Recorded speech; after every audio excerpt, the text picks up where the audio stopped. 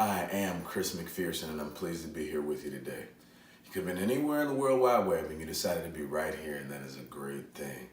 For just a moment, I want to simply talk to you about your not top 10, or your not list. You see, mine is a top 10, but it's growing.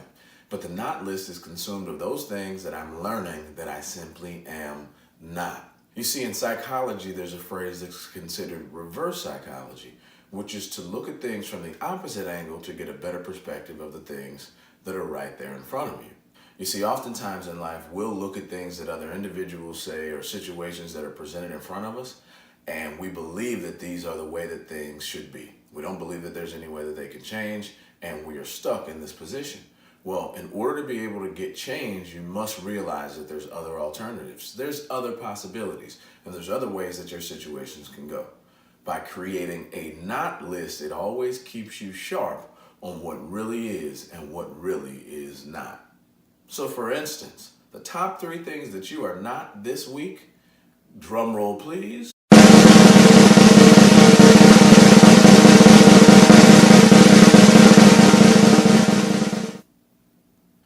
Number 1, you are not to anything. T-O-O.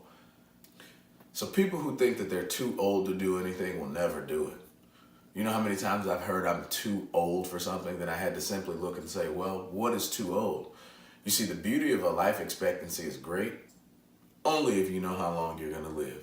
And since none of us, including myself, do, why are we talking about too old for anything?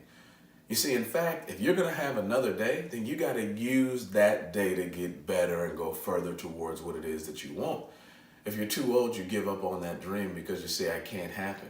And because of that, it simply won't. So remember, you're never too for anything. It just gives you the starting point of where you are, and it's helps showing you what you need to do to achieve that goal. The next thing, you are not. You are not invincible. We are not invincible. And the truth is, we have emotions, we feel pain, we go through life and experience some of the same struggles and challenges. It's good to be able to understand what those challenges and struggles are for ourselves. And as we write them down, we can put plans of action around them to simply make them better. You are not invincible. So just dealing with a situation and trying to get past it in a tough, rigorous way may not always work, because stress and anxiety can catch up to us as situations continue to build and overflow. Since we're not invincible, we must make sure that we do our best to take care of ourselves, mind, body, and soul. Proper rest, proper nourishment, proper relationships, proper emotional intelligence and empathy are all part of that.